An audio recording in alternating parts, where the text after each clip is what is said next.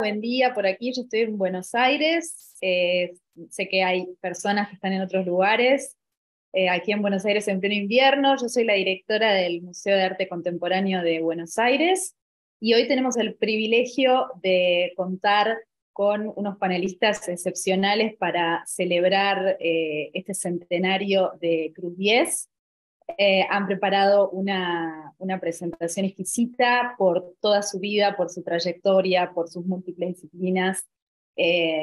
Así que bueno, esperamos que nos acompañen hoy y que lo recuerden al maestro con nosotros.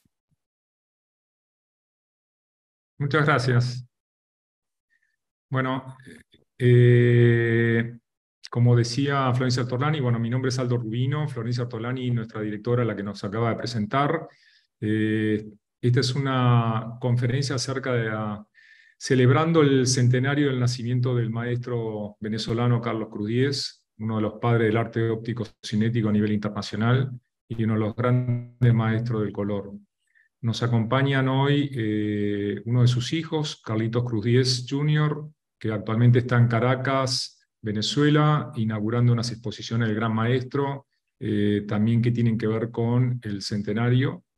Desde Cannes, Francia, nos acompaña Edgar Cherubín Lecuona, que es crítico de arte, periodista, trabaja para la Fundación Cruz Diez también y es, digamos, una eminencia en el arte contemporáneo internacional también. Así que muchas gracias a todos por tomarse vuestro tiempo. Estamos en distintas zonas horarias, pero para mí es un placer recordar en este centenario a alguien que quería como un padre yo y que nada, en el tiempo que lo he conocido pude disfrutarlo como sus hijos también lo han disfrutado. Así que muchas gracias a todos por estar. Gracias a todos los que se van uniendo a la conferencia y bueno, a disfrutar. Adelante, Edgar.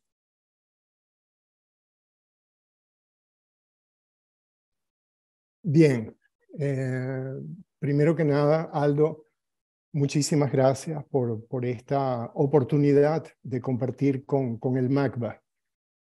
Atelier Cruz 10, MACBA, son hermanos y han sido hermanos siempre. Y sobre todo, recuerdo en el 2014 que tuve la oportunidad de ser curador en ese extraordinario museo, no solamente, digo extraordinario, no solamente por la colección que ustedes tienen, sino por sus espacios. O sea, es una maravilla. Verdaderamente, mi recuerdo es de muy grato estar en sus espacios. Verdaderamente, Aldo. Gracias de nuevo por esta oportunidad. Y igualmente a nuestra audiencia les digo que tú me pediste que hiciera un resumen de una semblanza de Cruz 10. Exacto. Y muy difícil resumir en unos minutos la vida de este ser extraordinario que fue el maestro. Estoy con ustedes porque si alguien pregunta por qué, desde hace 50 años soy amigo de la familia, amigo y colaborador con los proyectos de la familia. Y en los últimos 15 años estuve trabajando junto al maestro y junto a su hijo Carlos, aquí presente, y el resto de las personas del atelier en París, colaborando con los proyectos que aún están en curso. El maestro trabajó hasta el último día de su vida. Una pequeña anécdota antes de comenzar la semblanza.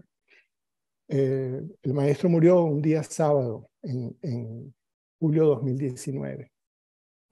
Y el día miércoles, 3 días antes, estaba en su casa. Y recibo una llamada del Museo de Arte Contemporáneo de Lisboa. La directora del museo necesitaba hablar con Cruz 10 porque tenía una duda en relación a una obra suya. La secretaria del maestro me pasa la llamada a mí y yo la atiendo y me dice, mire, entiendo que tiene una duda en relación a unas inducciones que estaban en el jardín del museo. Y yo le digo, el maestro no se encuentra. No le digo, no le explico por qué. El maestro no se encuentra, pero por favor deme unos minutos, una hora y le respondo. En eso llamo a la enfermera del maestro y le digo, ¿cómo está el maestro? Me dice, no, él está ahí leyendo en su cama. ¿Usted cree que puede atenderme? Y entonces me pasa la llamada y me atiende. Dime, hijo. Digo, maestro, acaban de llamar del museo. Vente para acá. En el taller estábamos todos cerca de su casa. Cuando llegué, había una mesa con papel, bolígrafos, lápices, al lado de su cama. Y me dice, siéntate, ¿cuál es el problema? Digo, no, no hay ningún problema. Llamó la directora, fulana de tal, se llama así, la obra que yo hice fue en el año tal, mide tanto, te estoy hablando 3 días antes de morirse. Mide tanto, está inclinada, son 3 inducciones inclinadas, su duda es en relación a esto y esto, por favor, llámala y coméntale todo lo que te acabo de decir. Quiero, esta anécdota que estoy diciendo, es un hombre que trabajó hasta el último día de su vida. En la cama del hospital, Carlitos se lo llevó el viernes al hospital. Y en la cama del hospital estaba haciendo los sketches de lo que él quería para cómo conservar sus obras. Y murió al día siguiente, o sea, rodeado, por supuesto, de sus hijos. Pero Aldo verdaderamente ejemplar. La vida de Carlos Cruz Diez, bueno, ya Carlitos hablará sobre él porque lo acompañó los últimos 50 años en todos sus proyectos. Pero bueno, vamos al tema que me pidió Aldo, que es una breve semblanza para los que no tuvieron la oportunidad de conocerlo o desean conocer la importancia de su obra. Yo lo titulé, y te lo envié ayer, Aldo, lo titulé Un visionario del arte. Debido a la confusión reinante en el mundo del arte hoy en día, y tú lo sabes muy bien, hay una enorme confusión, es notable el vuelco de las miradas hacia los maestros y artistas que en su tiempo han sustentado un discurso inédito y coherente. Uno de ellos es Carlos Cruz Diez. Nació en 1923 y nos dejó en el año 2019. Y es considerado un influyente pensador del color del siglo XX, creador de una obra óptico-cinética de imprescindible referencia en el arte contemporáneo. Alguien me preguntaba, ¿qué es ser contemporáneo? Para ser contemporáneo, un artista debe descubrir lo singular dentro de lo general de las convenciones de una sociedad o de una cultura. A finales de la década de 1950, Carlos Cruz Diez inició una ruptura con los cánones estéticos del momento, dejando de lado el caballete, los pinceles, los lienzos con los que aprendió en la Escuela de Artes Plásticas de Caracas, el de la promoción de 1944, junto con Soto, junto con Jesús Soto. A partir de ese momento se dedica a investigar el fenómeno cromático y los efectos que se producen en los límites de la visión. Logra desvincular el color de la forma y lo trata como un acontecimiento que surge del plano al espacio. Ese es su proceso creativo inédito en relación con el color. La intensa y sistemática reflexión sobre la condición sustantiva del color incitaron a Cruz Diez a escrutar la realidad que existe detrás del fenómeno cromático. Logra transformar el plano estático de la pintura tradicional en colores dinámicos, en colores espaciales. Desde sus primeros experimentos sobre el comportamiento del color, logró efectos de post-imagen con gran precisión. ¿Cómo lo logra? Y esto es algo importantísimo, porque muchas personas que van a las exposiciones de Cruz 10 preguntan, oye, pero todos son líneas. Cruz 10 escribió en su libro Reflexiones sobre el color, un libro que yo recomiendo, por favor, a todos que lo lean. Yo lo releo cada cierto tiempo, porque están todos los conceptos. No solamente los conceptos, sino él describe gráficamente su proceso creativo. Que alguien me dice, oye, pero alguien se lo puede copiar. Digo, bueno, sí, que intente copiarlo. O sea, pero aquí está todo, el proceso creativo. Todos los ejemplos de cómo logró el color aditivo, de cómo logró la inducción cromática, de cómo logró... O sea, está en su libro, bueno, en este y en otros libros. Sobre la utilización de las líneas, en ese libro él escribe, abro comillas, la línea no es un elemento estético de mi trabajo, es el medio más eficaz que pude encontrar para multiplicar las zonas críticas de visión entre dos planos de color. Es así como puedo generar nuevas e inestables gamas cromáticas.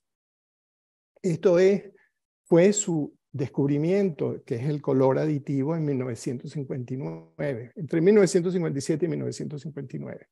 Es interesantísimo porque él une dos líneas y se da cuenta que al colocar un microfilamento negro produce un tercer color.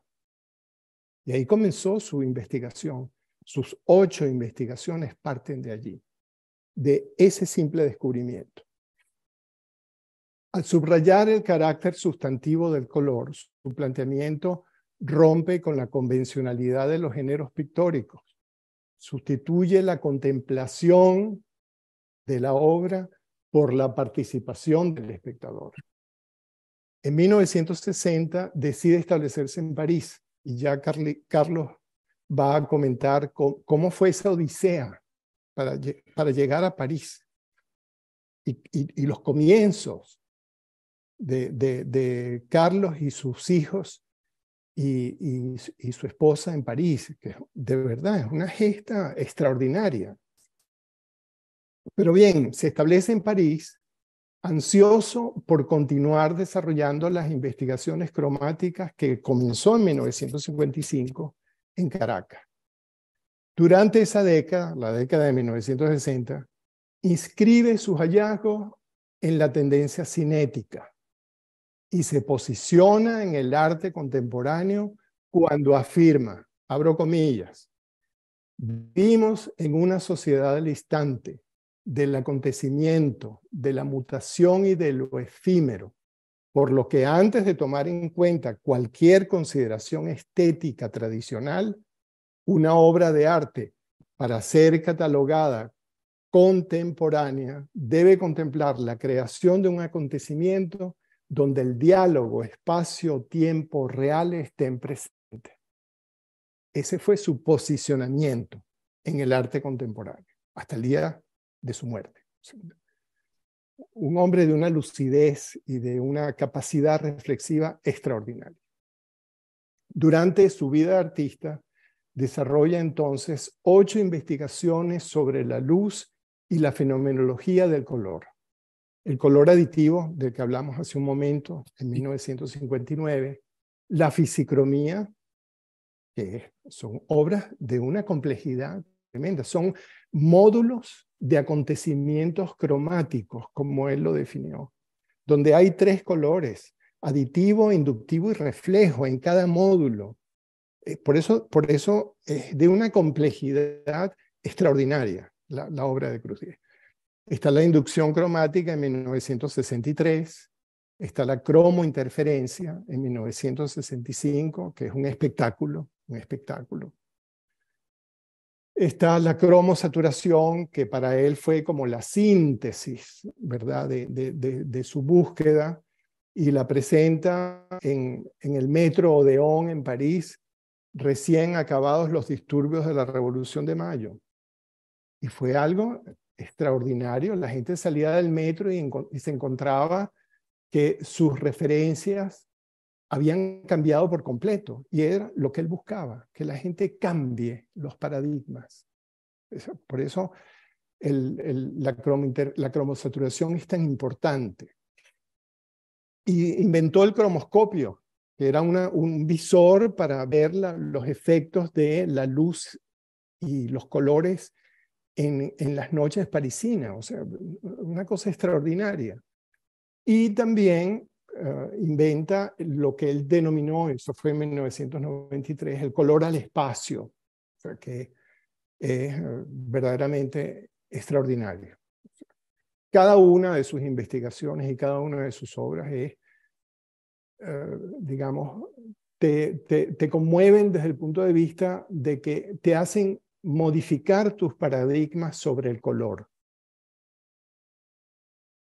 Entonces, con sus hallazgos y propuestas, Cruz-Diez modificó los estables paradigmas que existían sobre el color al disociarlo de la forma.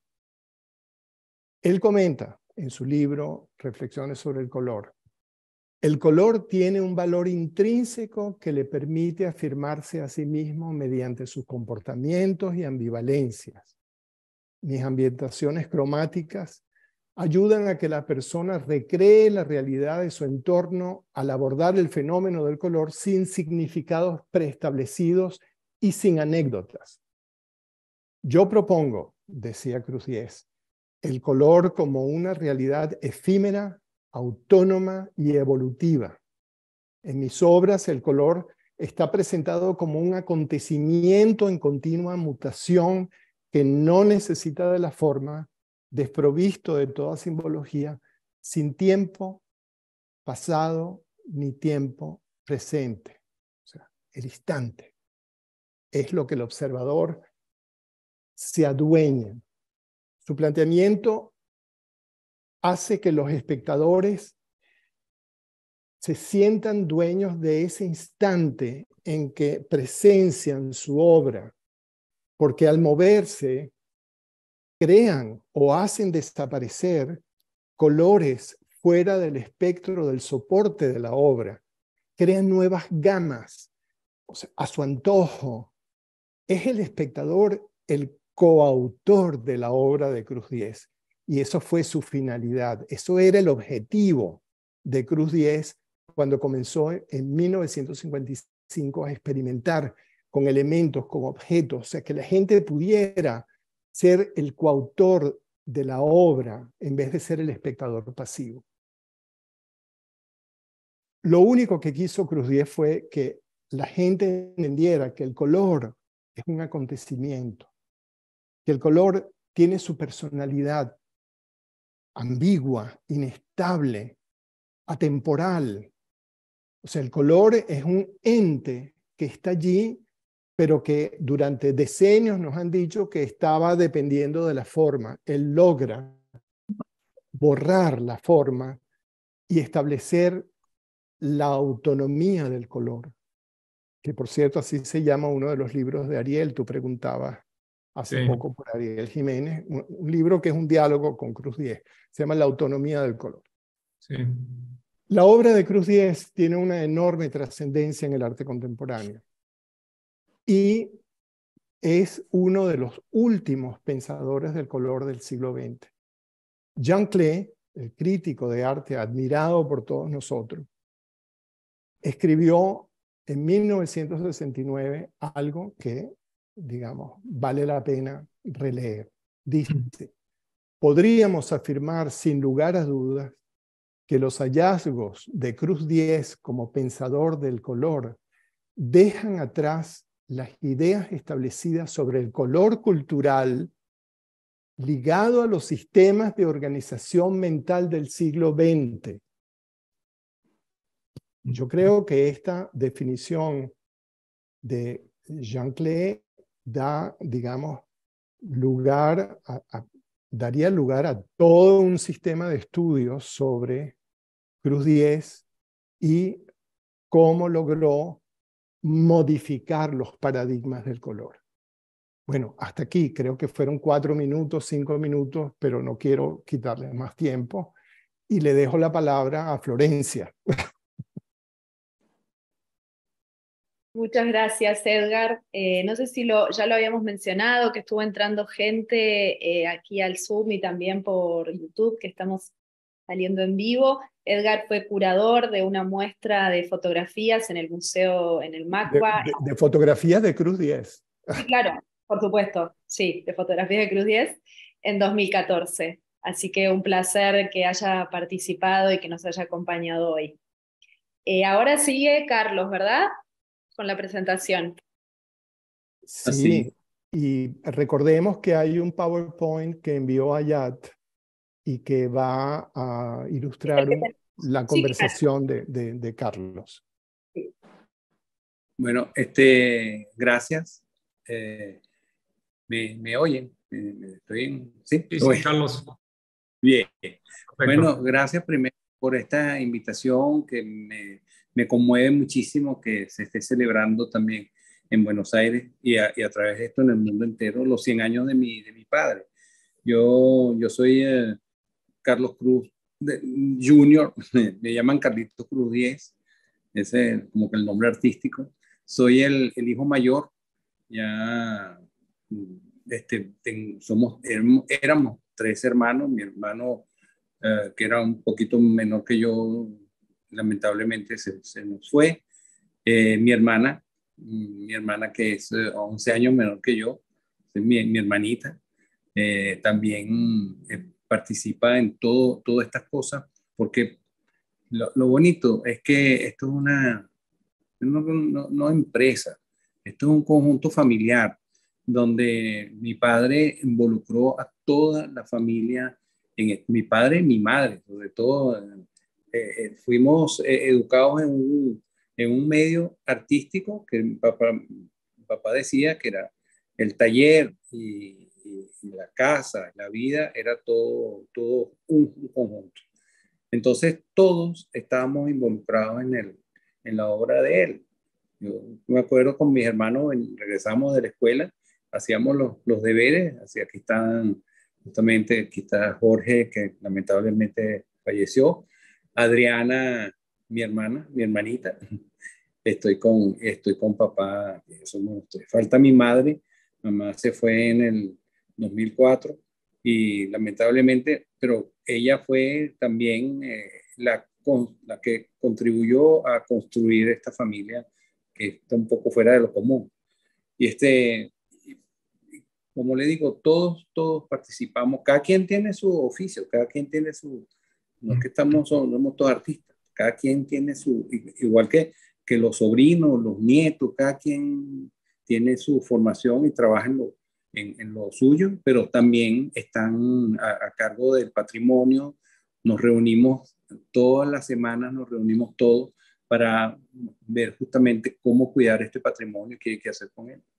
Entonces, nosotros llegamos en 1900, bueno, la primera vez fue en el 55.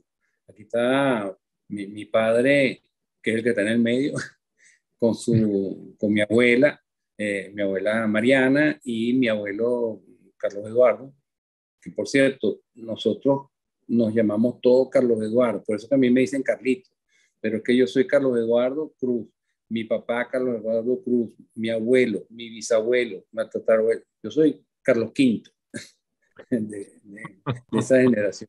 Entonces, esta foto con mi padre, con sus padres en esa época, ¿no? Debía tener aquí unos 2 años, un año, así.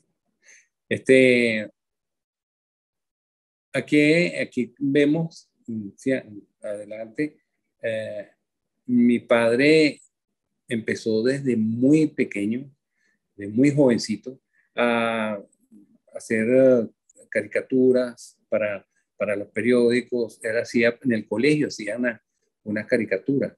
Él también hacía cine. Un tío le regaló una cámara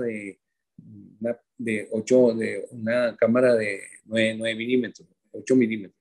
Y con eso hizo también hay unas películas de él con sus amigos de capa y espada y todo eso, pero estamos hablando de esa Caracas de esa época.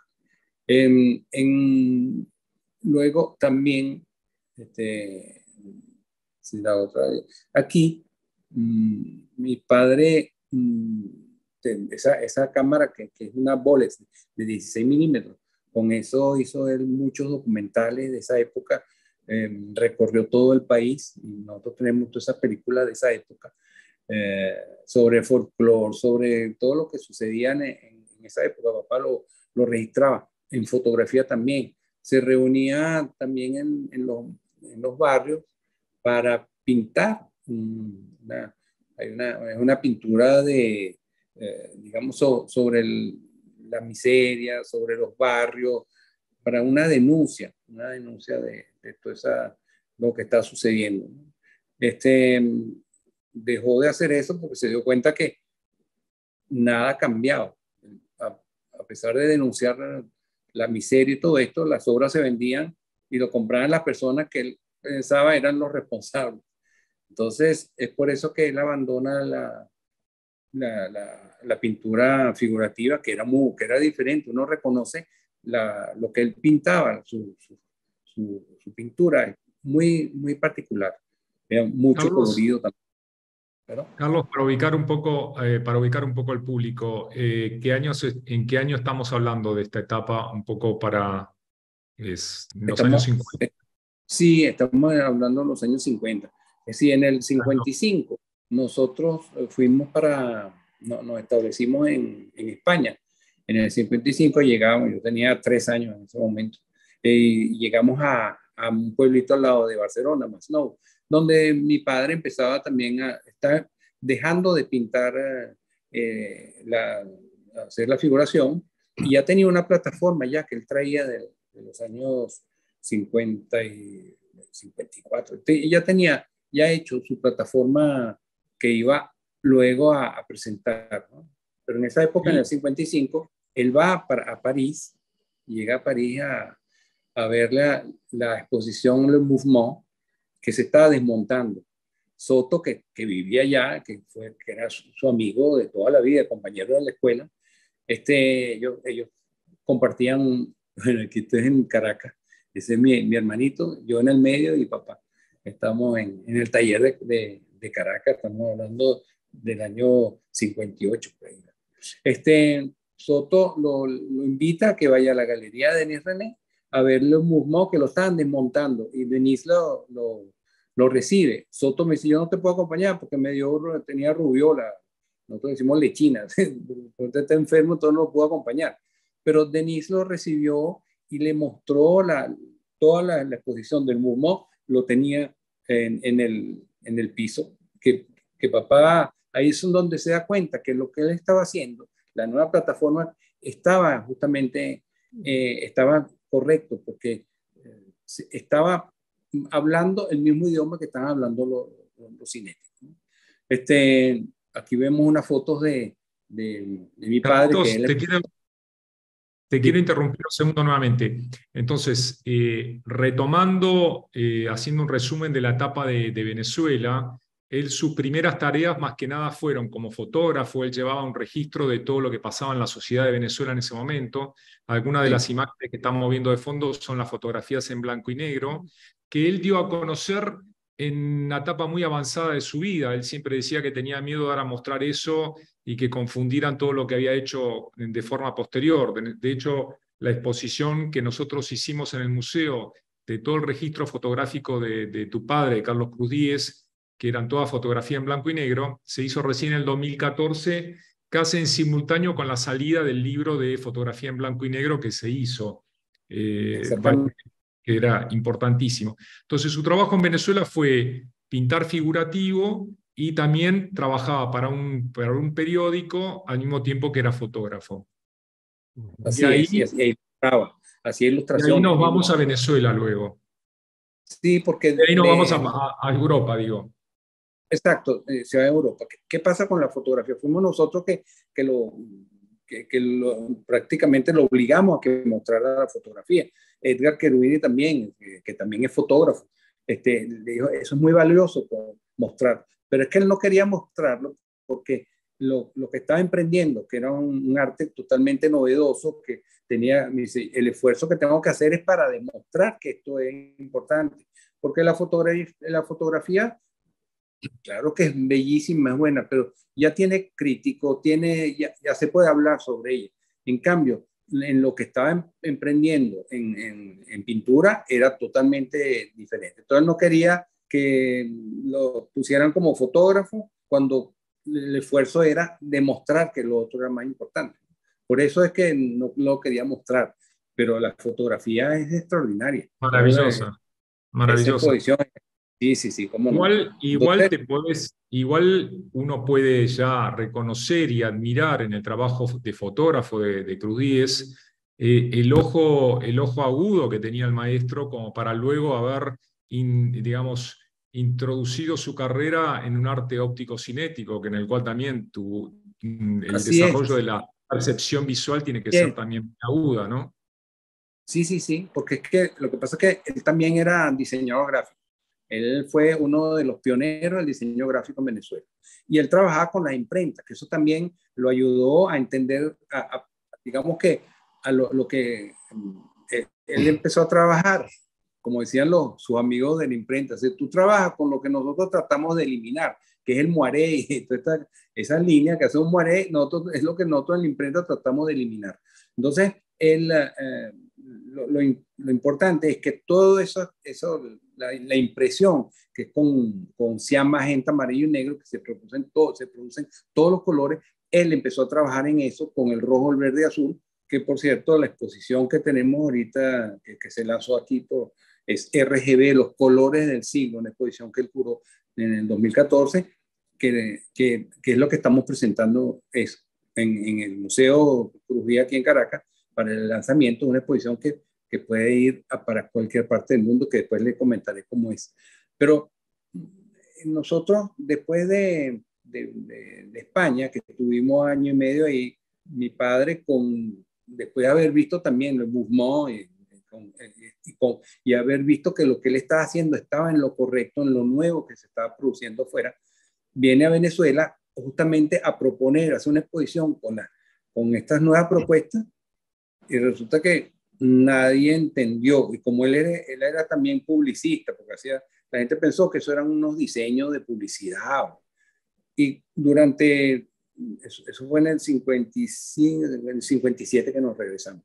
Y a partir de ahí, viendo que ahí nadie entendía nada, y que no podía avanzar más, nos regresamos, pero esta vez nos fuimos a París en 1960. En el 60 nos establecimos ahí, hasta hoy en día, estamos trabajando ahí. Aparte de eso, él regresó a Venezuela porque lo invitaron para que vieran sus amigos, para que vieran que habían galerías, que habían nuevos museos también. Y entonces, en el 75, lo invitan a hacer una obra en la calle, de participación en la calle. Ahí empieza justamente a trabajar en todo lo que es la obra para la gente en la calle. Y entonces tuvo que abrir un taller en Caracas para poder hacer obras de gran envergadura en intervenciones públicas y en edificios, ¿no? Pero eso... Carlos, entonces el maestro llega a París nuevamente en el año 60, donde se establece.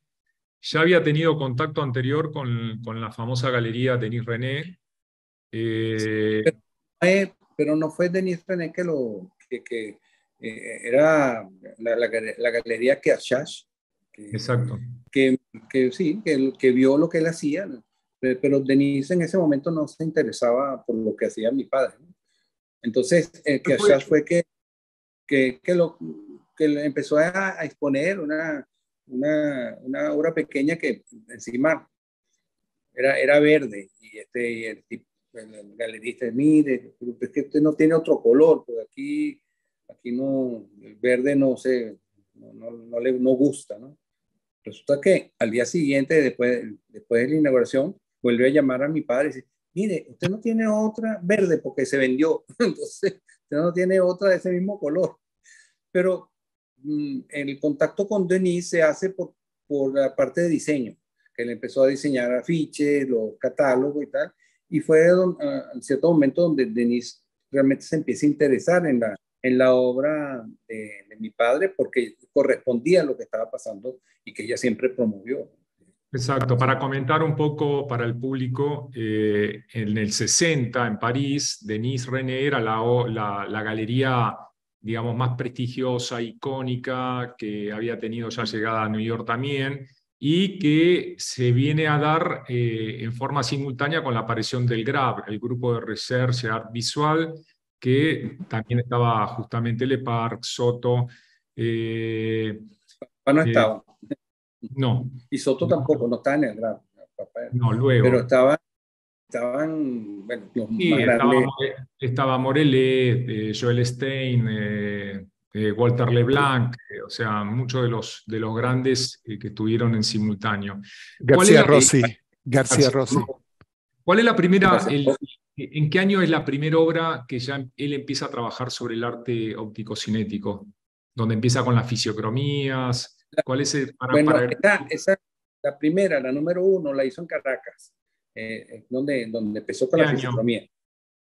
En el 59, 50, Ok, sí, creo que es.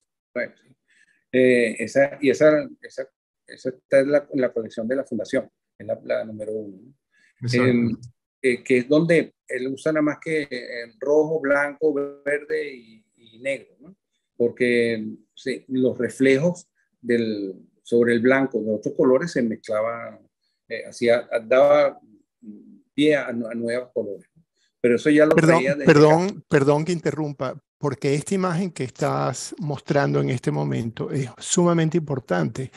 Este es el primer experimento que hace Crudiez en 1958-59, donde dos líneas de color producen un color virtual, un tercer color virtual. Esto que estamos viendo en este momento es sumamente importante porque él logró comprobar que podía extraer, hacer surgir un color del plano. Y a partir de allí comenzó sus 8 investigaciones. O sea, importantísima esta imagen, importantísima. Así es. Lo interesante aquí es que nada más que rojo y verde producen un amarillo, un ocre, ¿no? Entonces, porque todo, bonito lo que dijo Edgar sobre las líneas, ¿no? Porque todo el mundo, mira, Crudier, pero tú sigues haciendo líneas.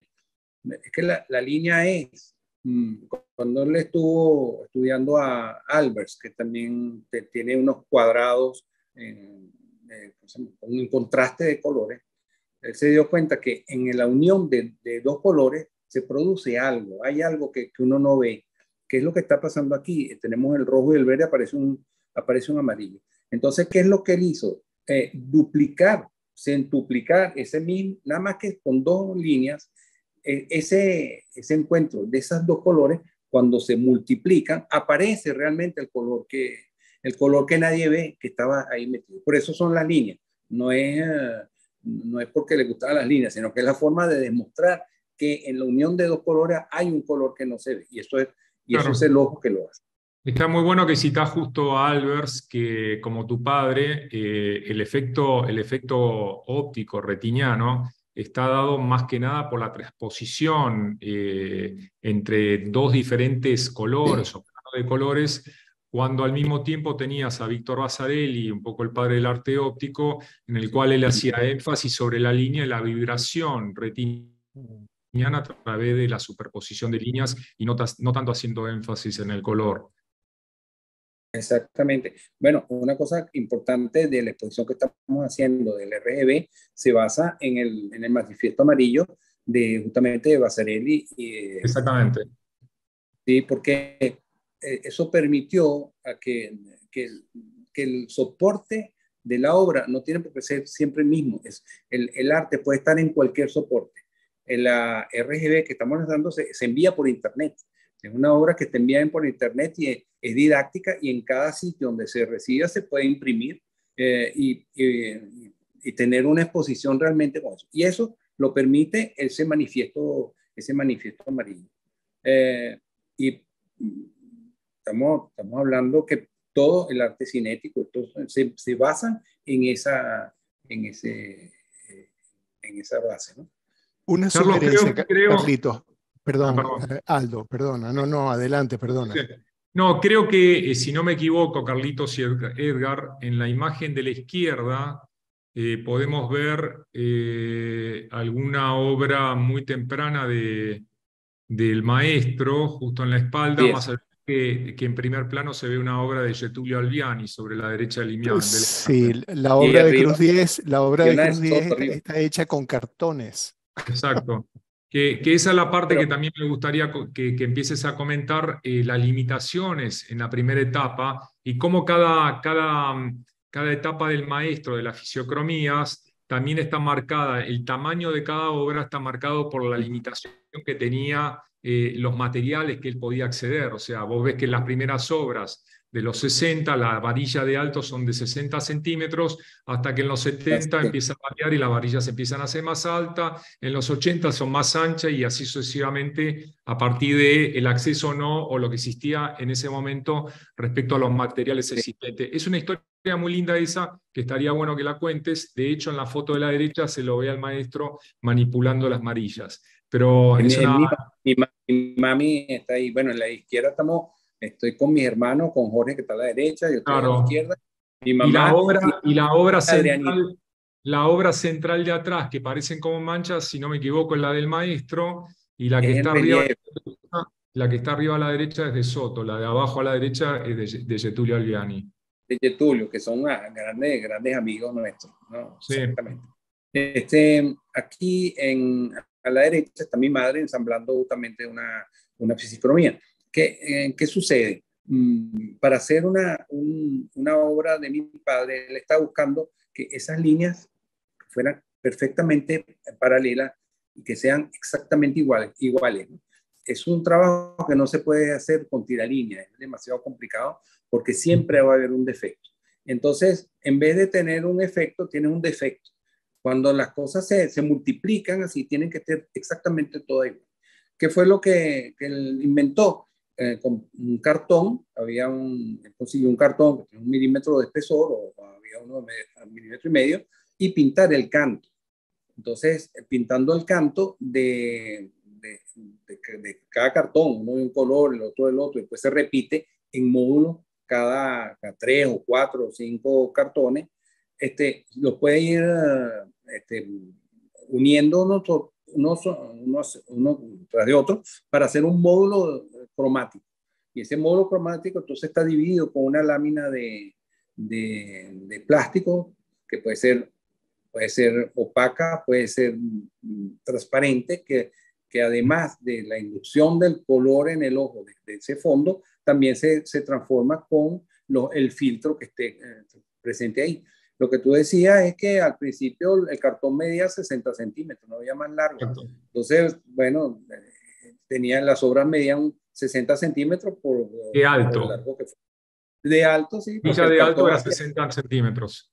Sí, entonces después que él quería hacer una de 1,20 m, tenía que ser en 2 partes, dos cartones, porque no.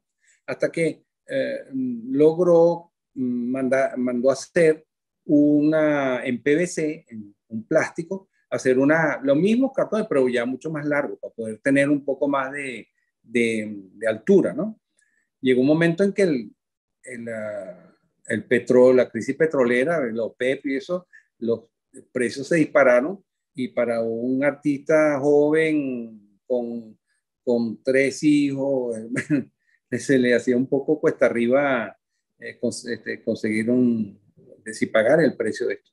Que mi padre, sí, como era artista, él era diseñador gráfico, él trabajó en diseño gráfico en París, y eso le permitió financiar lo que él dice, financiar su libertad. Pudo hacer su obra, pero financiado por el diseño gráfico. Él hizo catálogos para la Galería Lafayette, para diferentes galerías. Él trabajó en eso, y lo que le permitió financiar su obra, ¿no? Soto igual, Soto era un músico, era guitarrista, y tenía que tocar en una boîte para poder financiar su obra.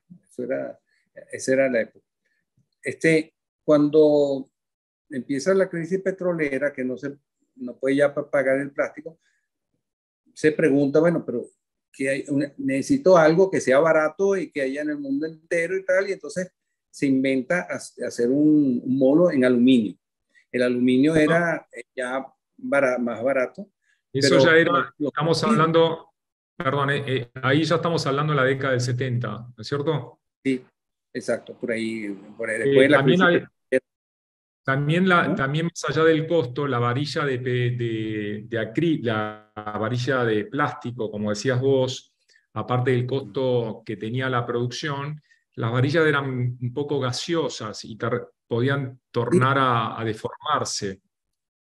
no las varillas, los plásticos. Los Los plásticos al plásticos. principio, sí, los Exacto. plásticos que eran de se volvían, con el tiempo, vuelven a su origen. Entonces se volvían, Él hablaba de efecto tocineta.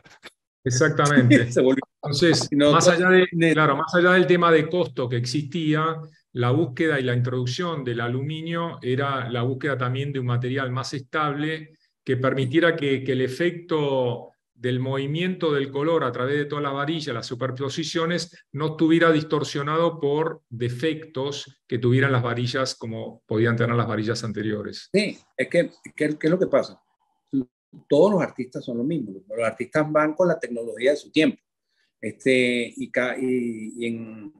por cierto, el taller en París, que es una carnicería que ahorita, en este momento, tiene, ¿cómo se llama? Walt Disney le pagó para colgar unas aves así en la carnicería para el decorado de los 101 Dálmatas, ¿no? Cuando hicieron que filmaron esa calle. A la derecha está, justamente, estoy con papá imprimiendo en serigrafía, toda la investigación hecha con serigrafía, fue muy importante. Y detrás, justamente, está mi suegro, que estaba de visita ahí. Lo que quiero decir es que la tecnología, los artistas van con la tecnología. Cuando mi padre empieza a trabajar con el aluminio, tuvo que fabricar una máquina que hiciera el perfil delgadito, porque si no, con los perfiles existentes era muy pesado. Entonces se fabricó la máquina para hacer esos perfiles. Y la serigrafía, que se había que imprimir, fabricó una máquina para imprimir línea por línea en cada perfil, le permitió hacer una diagonal. Esa diagonal es que en los colores los dosifica, porque la diagonal negra dosifica los colores y aparecen unos nuevos colores que no existían. Y eso lo logró con la serigrafía, porque las varillas de plástico o de cartón uno no puede hacer diagonal. Y eso, con el tiempo, la tecnología va logrando más perfección de lo que él quería demostrar. Luego, cuando viene la era digital, no solamente puede hacer una diagonal, sino que puede hacer un degradé de un color a otro que no se puede hacer en serigrafía. Entonces, agrega aún más un paso más a su investigación. Aquí vemos en el taller, la galería de Denis Vannet en Rue Saint-Germain, y Madame Denis Vannet, que está en el medio, está mi madre a la izquierda, Denis Vannet en el medio, ¿no? Y ese es en el taller justamente de la carnicería, donde lo vimos hace rato, ¿no? Bueno, aquí es, como ven, importante que mi madre, el padre integró a la familia. Era importante la participación de todos. Nosotros todos sabemos la obra de mi padre, la conocemos, somos los especialistas en la obra porque estuvimos todo el tiempo trabajando juntos. Aquí esto es una foto delante justamente de la carnicería. Falta mi madre, que se había ido en el 2004, pero de izquierda a derecha está mi sobrino Gabriel, está mi hermana Adriana, está su hija mayor Alicia, está María Elena, que es la esposa de Jorge, que está al lado de papá, estoy yo y mi señora Silviana, mi hija mayor Fabiana, que es artista también, está Irene al lado, que es un fotógrafo de animales y submarinos, ella trabaja en la BBC. Está Marión, que es la que está encargada junto con su hermano Gabriel, que está al otro lado. Ella está encargada del taller en Panamá. Está Mariana, mi hija, que dibuja y que ahorita está en la moda hacer tatuajes y hace tatuajes bien bonitos. Y a la derecha el esposo de Marión. Esa es toda la familia que están todos, cada quien con su oficio, trabajando para el resguardo del patrimonio. Bueno, Contame, aquí empezá está a contar entonces, ya llegamos un poco a los años 70, contame cuándo empiezan las primeras exposiciones importantes, empezá a contar un poco de la carrera pública, ¿no? Del gran maestro. Sí, bueno, todos los museos, los más importantes museos del mundo tienen obra de mi padre. Pero yo creo que lo importante es cuando se dedicó a integrar la obra en los espacios públicos. Porque es que él quería no tener unas obras colgadas en la pared. Bueno, aquí ves lo que sucede en justamente el color, el amarillo que aparece con el rojo y el verde. Yo creo que lo más importante, bueno, aquí ven mi padre con mi hija mostrando una mesa que está diseñada. Hay cerámica, a la izquierda se ve también cerámica. Pero lo más importante yo creo que es la participación del público en la calle. Él donó muchísimas obras en diferentes partes del mundo. Hay en total 250 obras desde Asia hasta aquí, de obras monumentales en la calle. Yo creo que eso es bien importante porque él quería que la gente participara de la obra en la calle. Es creo que uno de los que más obras en la calle tiene.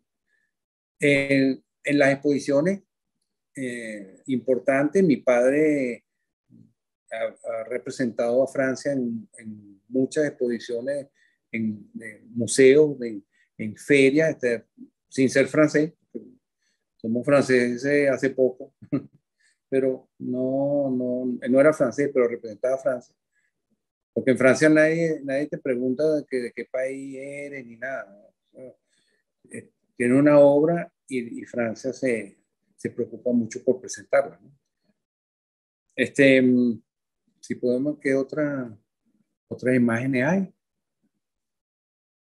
Okay. Esta es justamente la demostración de que con verde y con el verde, y mientras uno más se aleja, más amarillo se pone el centro donde está, que me parece eso. Es una fisicromía.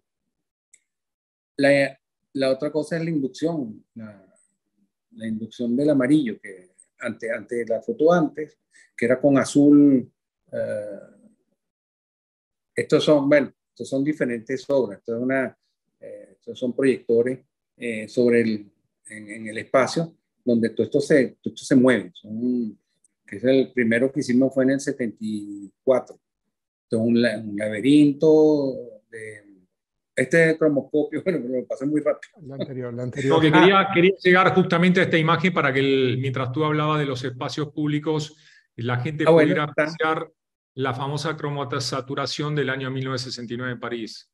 El 69, esto fue justamente después del 68, que fue la revolución. Esto fue un espacio, sí. La idea de estas cosas es que todos los días uno va al trabajo y pasa por el mismo sitio, siempre está la misma cosa. La idea de poner unos pasos peatonales o de un autobús rayado o de esta obra que está así, eso le cambia la vida a la gente. Dice, un solo día, wow, ¿qué pasó? Yo que todos los días paso por el mismo sitio, qué fastidio. Los pasos peatonales, de repente un día hay un paso peatonal diferente. Y eso cambia el ánimo. Eso da alegre. Sí, el color a todo el mundo le alegra el color, que es lo bonito de este trabajo, ¿no? Entonces, esta cosa es para cambiarle a uno la rutina diaria, ¿no? Es como la cromatosaturación. Esto ya es un espacio cerrado, que también lo bonito es que hay intervención de otras otras formas de arte. Sí, en Dubái, mi padre fue invitado por el pabellón francés, tenía un espacio durante toda la exposición ahí, un homenaje que le hicieron, había una consagración, y ahí un día venían unos músicos, entonces tenían inspirado en los colores que esto sucede, porque el espacio es totalmente blanco, ahí todo es blanco.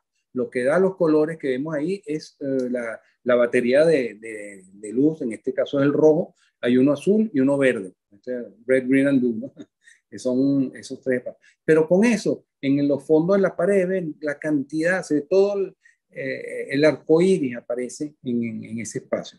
Y ese es un espacio que hay que quedarse en un tiempo hasta que el color se palidece y se vuelve casi blanco, el rojo casi blanco, el azul igual. En los cambios de espacio dan un impacto muy grande, pero al cabo de un tiempo sucede lo mismo, se atenúa y van hacia blanco. Entonces, esto es una experiencia que resume, como decía Edgar, el color sin forma, autónomo y que se puede tocar además. Sí, Así es. Recuerdo unas palabras del maestro en una exposición que hizo el MACBA en el Frost Museum en Miami, que él decía que su último sueño respecto al color es que el color flotara. Y así es. Creo que las cromosaturaciones, en definitiva, era un poco la idea del que color flotara. Es que exactamente, él piensa que eso se va a hacer. Y ahorita hay una película que se llama Free Color que hicieron, donde hay unos científicos en Estados Unidos justamente experimentando, dicen que sí es posible, por los momentos es pequeñito. Pero con los materiales que tiene la tecnología de hoy en día, es lo máximo que él ha podido lograr. Pero me parece extraordinario, nada más que con eso ocurre. En el futuro, él piensa que el color va a estar como un globo así flotando en el aire, sin necesidad de holografía ni nada de eso, ¿no? Ahí tenemos otra obra pública en la Plaza de la Concorde. Sí, esa es una transcromía circular que ahorita está expuesta en San Gimignano, la Galería Continua, la tienen ahí, que justamente es entrar ahí y ver el espacio de otra manera, porque están los árboles, están los autos y todo eso, se colorean, se colorean a través de estos vidrios, pero también hay reflejos. Entonces uno desaparece, de repente alguien pasa y no está, porque se vuelven como fantasmas a través de los efectos. Desmaterializa. Exactamente. Esta es una imagen que me gusta mucho, si contás un poquitito. Bueno, este es el Aeropuerto Internacional Simón Bolívar de Maiquetía, para venir a Venezuela. Es una obra que tiene más de 30 años ahí, hecho de una cerámica francesa, de una fábrica que está de la época de Napoleón, que le fabricaron el color exacto que él pintó con guache en una... Ahora, esto es un piso que los colores, cuando uno está a nivel peatonal rasante, aparece todo un espectro en ese piso. Este aeropuerto tiene un significado para los venezolanos muy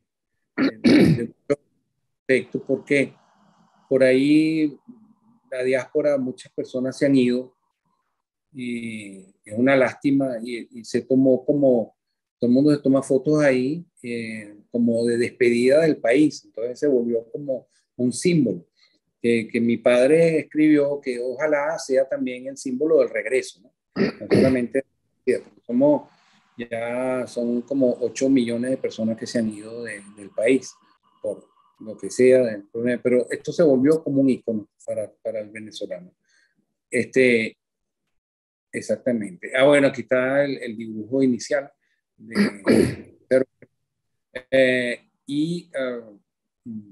Los colores que aparecen en el piso, son esos amarillos, todo eso son generados por el ojo, ¿no? Sí. Bueno, aquí esto yo creo que es una de las obras más grandes. Esto es la central hidroeléctrica, esto es el Guri. Estas son las turbinas, el personaje que está ahí, ese soy yo, porque papá me tomó la foto de la pasarela y yo soy el que estoy ahí para darle escala. Son 300 y pico metros de largo, son 25 de altura, 20 metros de ancho también. Tiene la inducción que aparece, que está en la pared. En la obra de mi padre son de 3 milímetros. Aquí son de 35 centímetros cada línea. Pero por la escala funciona igual que una gráfica, igual que una obra en la pared. Y estas cúpulas están encima de cada turbina. Son 10 turbinas, y se quitan para poderlas sacar, porque la altura es porque hay una grúa que saca, el rotor lo saca para poderlo reparar, ¿no? Y nada más que se colocan unas encima de otras para reparar los rotores. Carlitos, ¿esta obra sigue estando en buen estado ahora que estás en Caracas? ¿La has podido visitar? No, lamentablemente, bueno, las paredes sí están bien, son las turbinas, las tapas de las turbinas que están dañadas, pero ya está en proceso un nuevo diseño de esas turbinas que me llamaron para eso, y con papá diseñamos esas tapas, esas cromoestructuras más fáciles de instalar y de quitar. Y esto es con el mismo mosaico. Si no me equivoco, es la primera obra que hace en Miami pública respecto al espacio público, ¿no? Que se inaugura justo el estadio de los Marlins y bueno, le encargan esta obra. Así es. Esto está hecho con el mismo mosaico que vimos del aeropuerto. Está hecho con esa misma fábrica. Lo bonito aquí es que, bueno, son largos estas caminerías, ¿no? Que uno ve los niños, como aparece un amarillo, cuando uno está a nivel peatonal, uno ve a los niños corriendo para pisar el amarillo. Resulta que el amarillo se va alejando porque es un efecto óptico, no es porque existe, sino que los niños van corriendo tras el color. Eso es, esa obra es preciosa. muy importante. Sí. Estos son lo que hablábamos de los pasos peatonales, ¿no?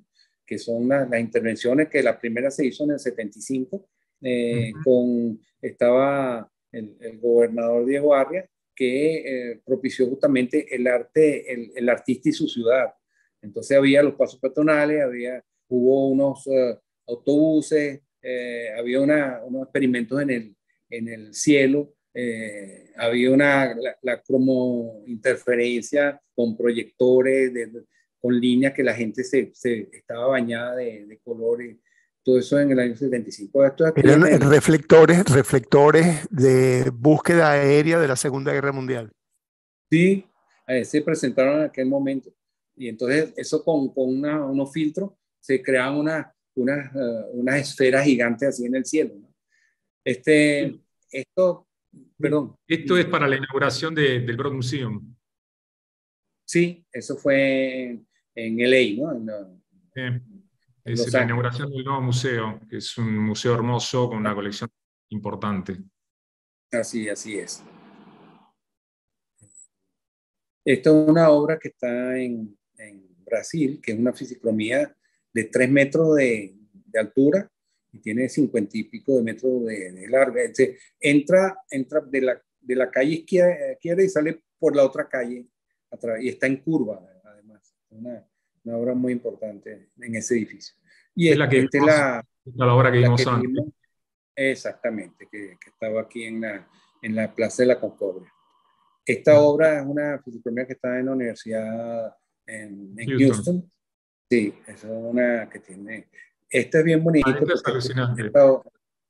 La anterior, que es Dade College. Sí, el Miami Dade College de Miami, que es el college más grande de Estados Unidos. Ahí está la sede de los Human Rights.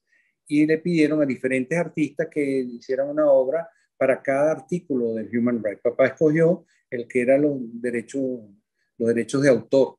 Y está en la sede principal del Dade College.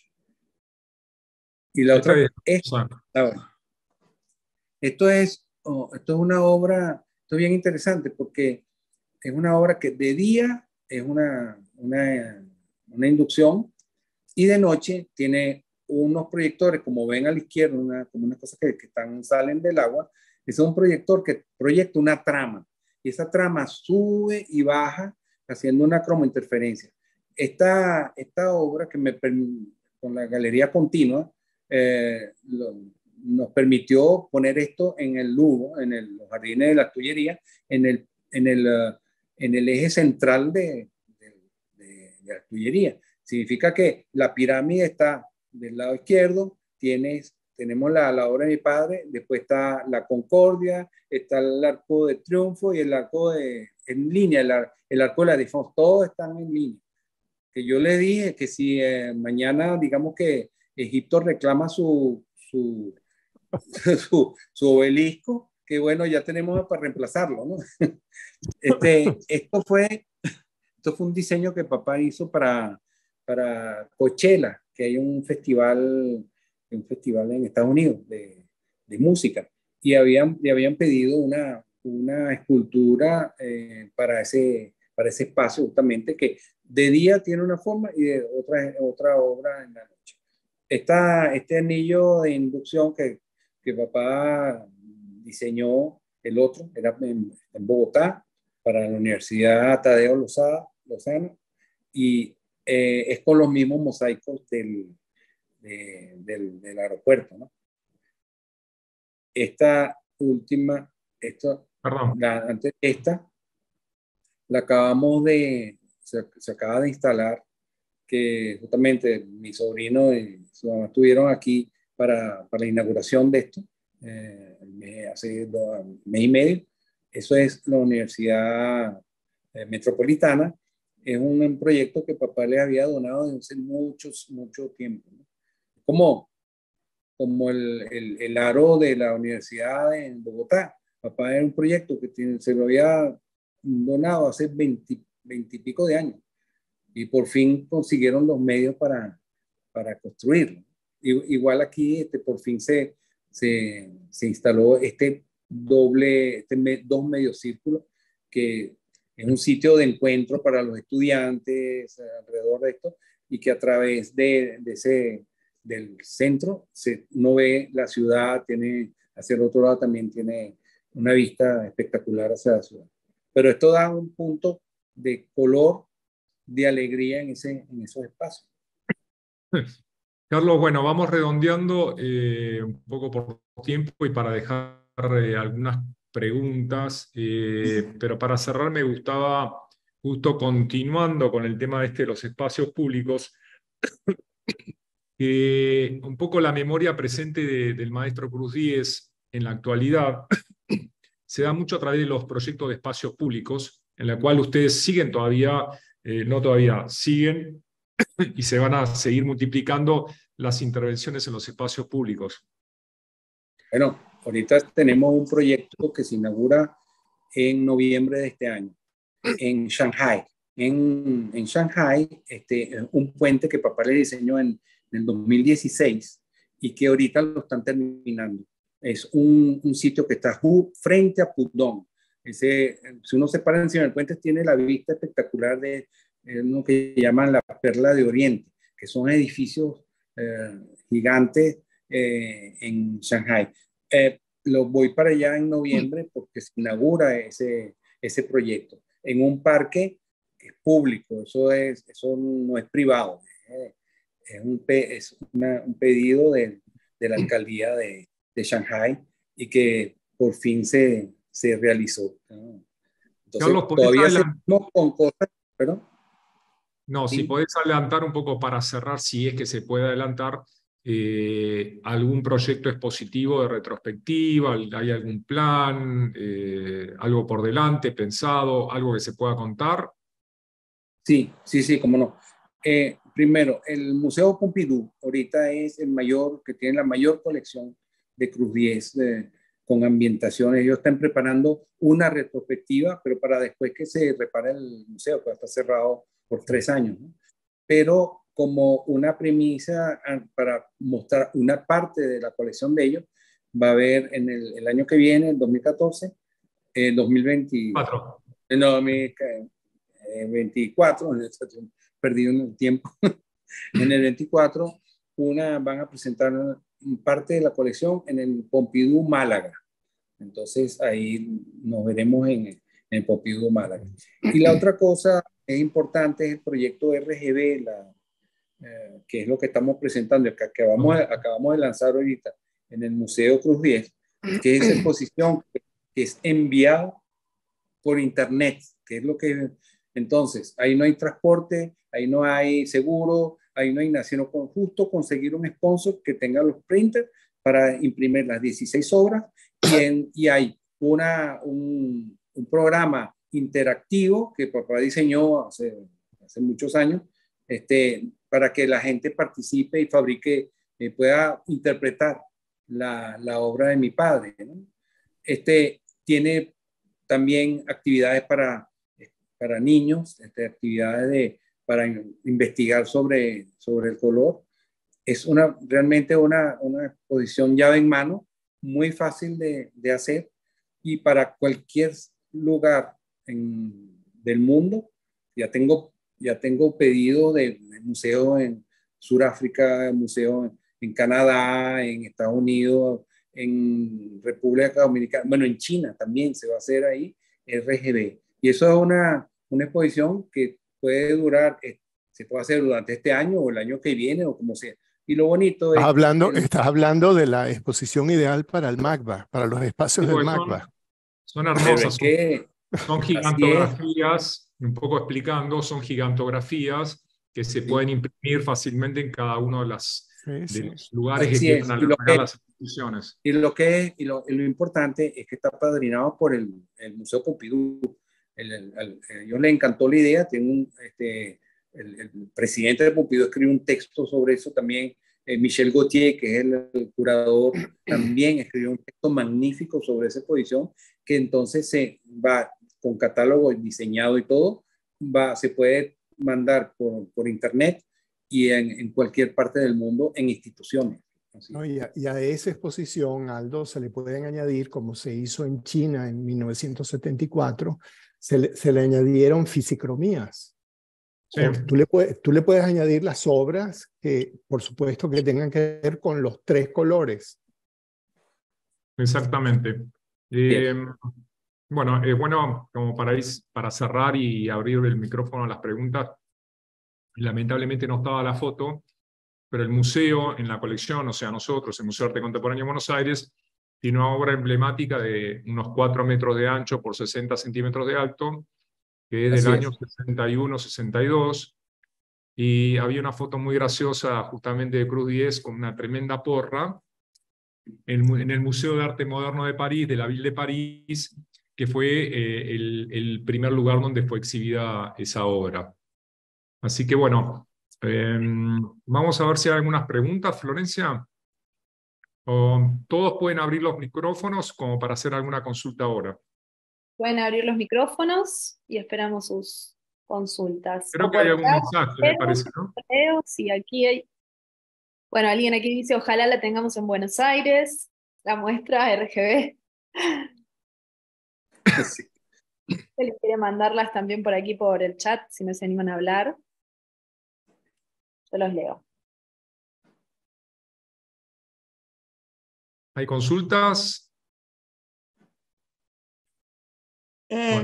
Hola, mi nombre es Lía. No tengo cómo están. De verdad que esto ha sido una caricia para el alma. Yo soy venezolana, estoy radicada en Buenos Aires. Y la verdad que necesario es escuchar estas cosas, qué inspirador. Y ojalá pronto podamos tener de nuevo al maestro Cruz 10 en su alma y con su luz por estos rincones. Quería saber si había algún plan próximo y bueno, agradecer por esto. Bueno. Esa pregunta es una indirecta Aldo. Ya veremos. Una sutileza. Veremos para el futuro inmediato, a ver qué nos depara.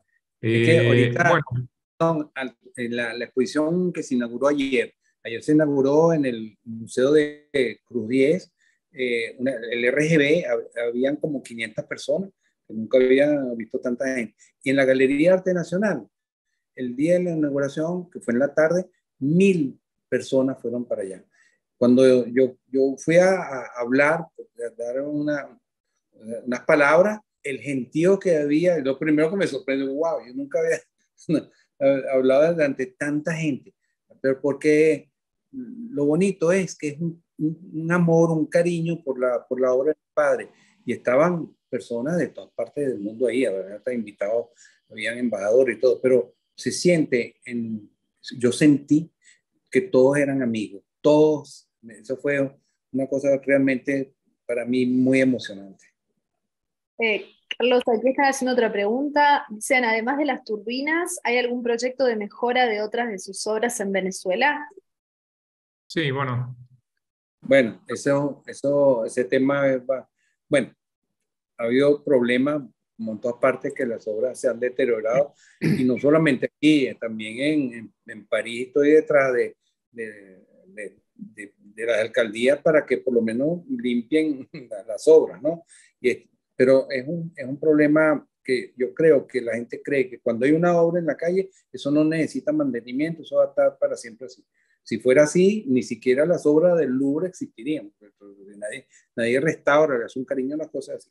Pero ahorita tenemos reuniones ahora con la gente de, por ejemplo, el puerto de La Guaira, que tiene unos hilos, quieren rehacerlo, tenemos el aeropuerto también que quieren restaurar, la obra de Barquisimeto. Entonces, como que se están dando cuenta que hay que hacer, hay que restaurarla.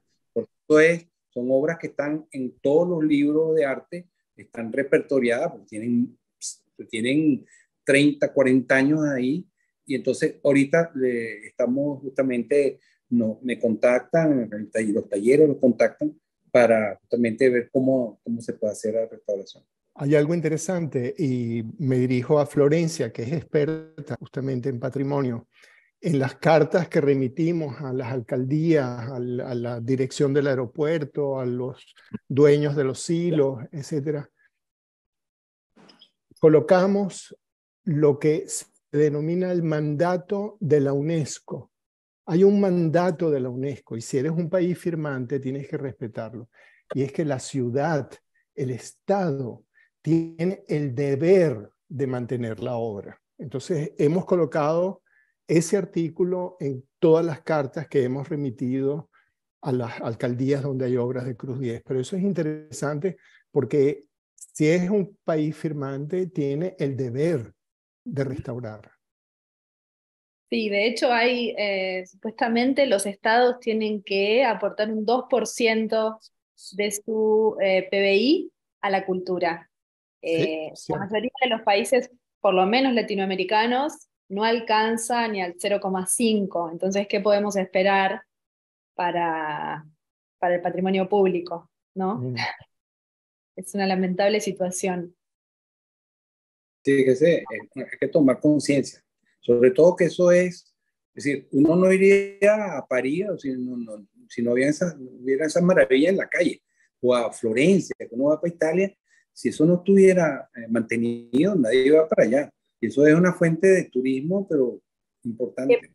Empiezan a formar parte de la identidad cultural de las ciudades. Las ciudades son también su patrimonio público. Sí. Exactamente. Bueno. Aquí otra persona, perdón, hay una pregunta más para cerrar si quieren. Dice, hola, venezolano en Buenos Aires, muchas gracias por esta charla. Aparte de la obra en el MACBA, ¿hay otros trabajos del maestro en la ciudad de Buenos Aires? Pregunta.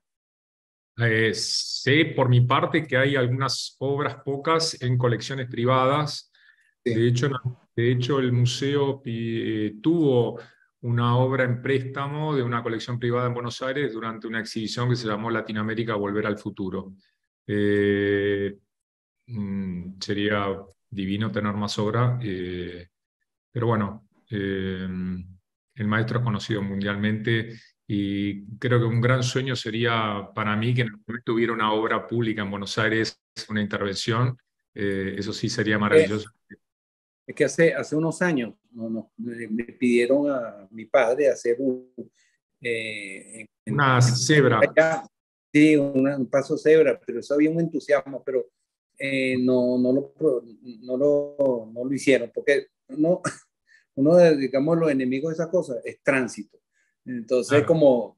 como en París vamos a hacer un paso peatonal ahí, no, porque es que eso va a confundir a los perros de ciego. Entonces, que no entonces cualquier excusa es para, y bueno, y el tránsito es bastante fastidioso. No es muy amante del arte o de que le cambien las cosas.